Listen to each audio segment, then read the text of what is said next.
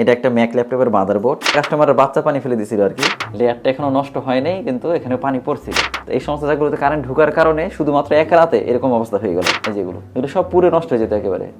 তো ব্যাটারিতে চার্জ আছে, আস্তে আস্তে আস্তে আস্তে এই পানিগুলো এরকম হয়ে যায়। আসসালামু আলাইকুম, আমার কাছে একটা ম্যাক ল্যাপটপ আসছে আজকে। এটা একটা ম্যাক ল্যাপটপের মাদারবোর্ড। এটার মডেল নাম্বার হচ্ছে A2338 ম্যাকবুক প্রোর। ঠিক আছে, তো এইটাতে হচ্ছে কাস্টমার পানি ফেলে দিছিল, কাস্টমারের বাচ্চা পানি ফেলে দিছিল আর কি। তো পানিটা ফেলছে গতকাল রাতে, আর আজকে দেখেন এটার অবস্থা কি হয়ে গেছে। আমি একটু দেখাচ্ছি, এখানে দেখা যায় কি না। এই যে এইখানে দেখা যাচ্ছে ফাঙ্গাস হয়ে গেছে, এখানে ফাঙ্গাস হয়ে গেছে।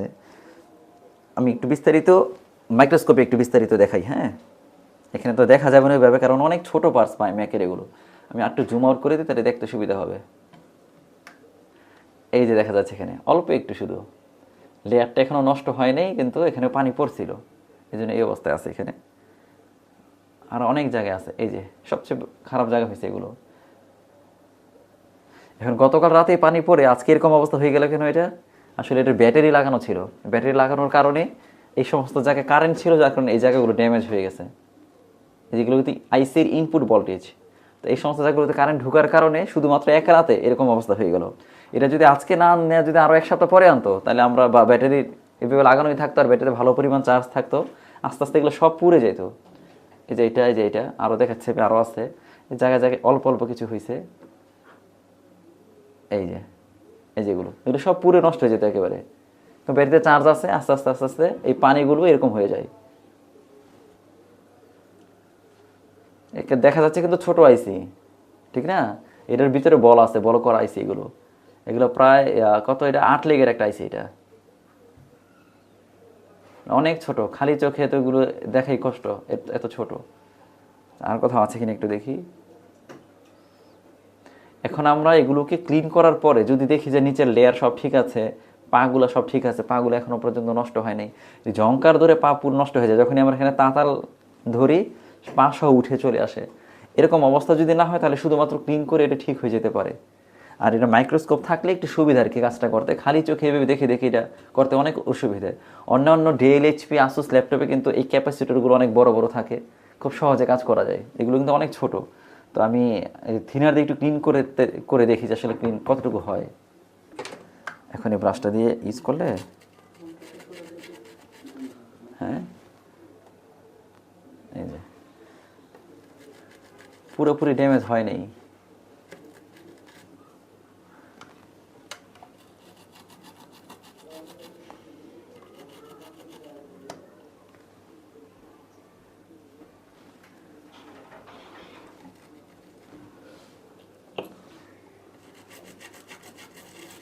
এগুলো থিনারও কিন্তু ভালো মানের ইউজ করতে হবে। হ্যাঁ, তাহলে এই এগুলো নিজে নিজে চলে যাবে যখন আমরা থিনার এখানে দিব।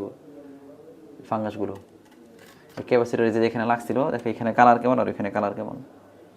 যে সেটের মোটামুটি ড্যামেজ হয়েছে, এগুলো চেঞ্জ করে দিলে ভালো আর কি। এখানে দেখে লেয়ার নষ্ট হয়েছে কিনা।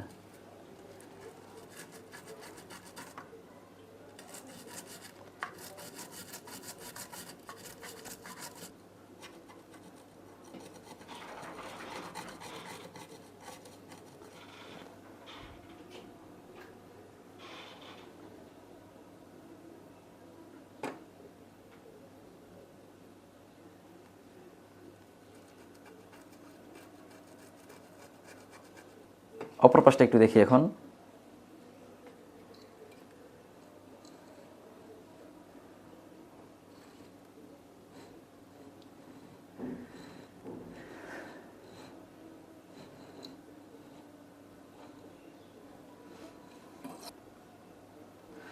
আমি কানেক্ট করে দেখি এখন পাওয়ার আসে কিনা। বোর্ডটাতে কিন্তু পাওয়ার চলে গেছিলো, অনেকে পাওয়ার আসতো।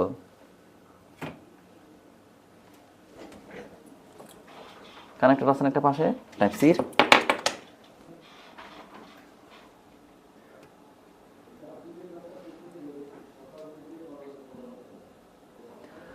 এই যে আসছে তো। আচ্ছা, মাদারবোর্ডে পাওয়ার আছে, এখন আমাদের ব্যাটারি বাকি জিনিসগুলো,